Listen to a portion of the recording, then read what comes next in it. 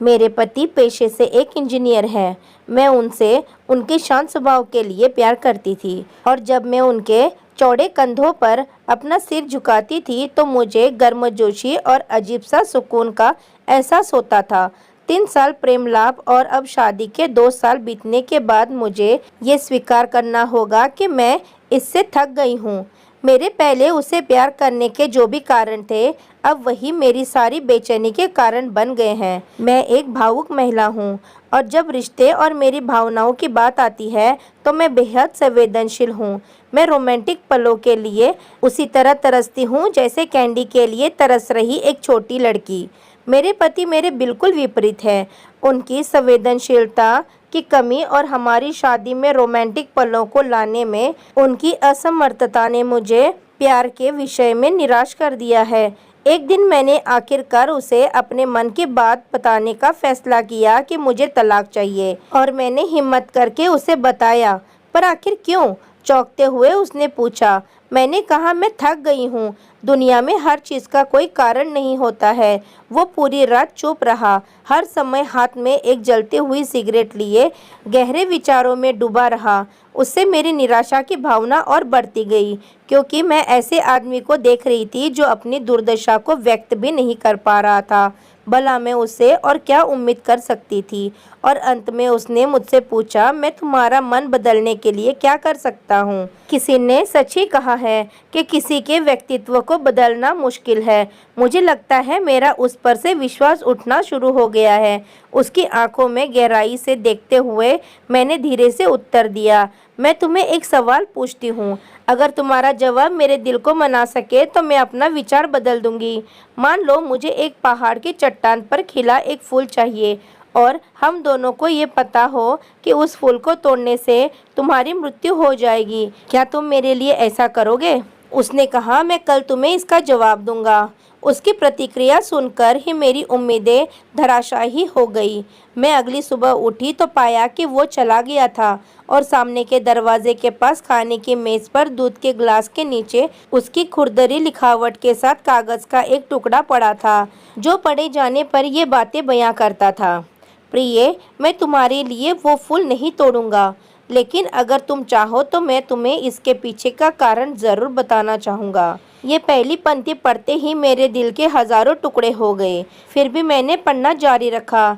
जब तुम कंप्यूटर का इस्तेमाल करती हो तो तुम हमेशा सॉफ्टवेयर प्रोग्राम को गड़बड़ कर देती हो। अंत में तुम स्क्रीन के सामने बैठकर रोती हो। मुझे अपनी उंगलियों को जिंदा रखना पड़ेगा ताकि मैं प्रोग्राम को पुनर्स्थापित करके तुम्हारी कीमती आंसू बहने से रोक सकूं।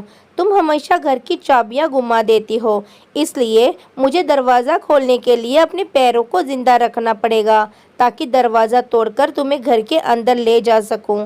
तुम यात्रा करना पसंद करती हो, लेकिन हमेशा एक नई जगह में अपना रास्ता भूल जाती हो। मुझे तुम्हें रास्ता दिखाने के लिए अपनी आंखें जिंदा रखनी पड़ेगी। तुम्हें घर के अंदर रहना पसंद है और मुझे पता है कि तुम अंतर्मुखी व्यक्ति हो। तुम्हारी बोरियत को दूर करने के लिए मुझे तुम्हें चुटकुले और कहानियाँ सुनाने के लिए अपने मुंह को जिंदा रखना है। तुम हमेशा कंप्यूटर और टीवी देखती हो और इससे तुम्हारी आंखों का भविष्य अच्छा नहीं होगा। मुझे अपनी आंखों को बचाना होगा ताकि जब हम बूढ़े हो जाए तो मैं तुम्हारी आंखें बन सकूं, तुम्हारे सिर से सफ़ेद हो रहे बाल चुन सकूं, तुम्हारे नाखूनों को बिना तुम्हें चोट पहुंचाए काट सकूं।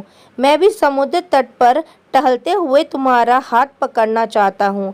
जैसे तुम धूप और सुंदर रेत का आनंद लेती हो और खुशी से गाने गुनगुनाती हो, उसे मैं अपने कानों से सुनना चाहता हूँ। इसलिए मेरे कान जिंदा रहने चाहिए। जब तुम नहा के निकलती हो तो तुम्हारी भीनी भीनी खुशबू को महसूस करने के लिए मेरा नाक जीवित होना चाहिए। इसलिए मेरी प्रिय, जब तक मुझे यकीन नहीं होता कि कोई है जो तुमसे इससे अधिक प्यार करता है, मैं तब तक उस फूल को नहीं तोड़ूंगा। और जिस दिन ऐसा कोई आया जो तुमसे इससे अधिक प्यार करे, मैं खुशी खुशी उस फूल को तोड़ लूँगा। ये पढ़ते ही मेरे आंसू पत्र पर गिरे और उसकी लिखावट की स्याही धुंधली हो गई। मैंने उसे पढ़ना जारी रखा।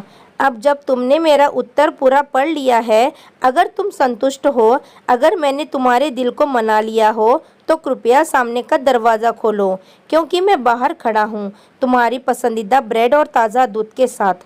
मैं जल्दी से दरवाज़ा खोलने के लिए दौड़ी और उसके चिंतित चेहरे को अपने हाथों में कसकर पकड़ा और चूम लिया और उसकी बाहों में समा गई। अब मुझे पूरा यकीन हो गया कि कोई भी मुझसे उतना प्यार नहीं करेगा जितना वो करता है, और मैंने फूल को नहीं तोड़ने का फैसला किया। यही जीवन है और प्रेम है। जब कोई प्यार में घिरा होता है तो उत्तेजना की भावना दूर हो जाती है और वो उस सच्चे प्यार को नज़रअंदाज कर देता है जो शांति और निस्सरता के बीच में होता है। प्यार सभी रूपों में प्रकट होता है, यहाँ तक कि बहुत छोटे और सूक्ष्म रूपों में भी। इसका कभी एक मॉडल नहीं रहा है। ये सबसे नीरस और उबाऊ रूप में भी हो सकता है। फूल और रोमांस प्यार का हिस्सा हो सकते हैं, पर प्यार नहीं। तो दोस्तों, आपको ये प्यार भरी पति पत्नी की कहानी कैसी लगी और इस छोटी सी कहानी ने आपके भी दिल को छुआ या नहीं? दोस्तों, इस कहानी को लेकर आपकी क्या राय है, कमेंट बॉक्स में ज़रूर बताएं। और अगर कहानी अच्छी लगी हो तो प्लीज़ लाइक करें, और आपने हमारे चैनल को अभी तक सब्सक्राइब नहीं किया है तो ज़रूर सब्सक्राइब कीजिए। तो मिलते हैं ऐसी ही मोटिवेशनल कहानी के साथ। तब तक के लिए स्वस्थ रहे और मस्त रहे। धन्यवाद।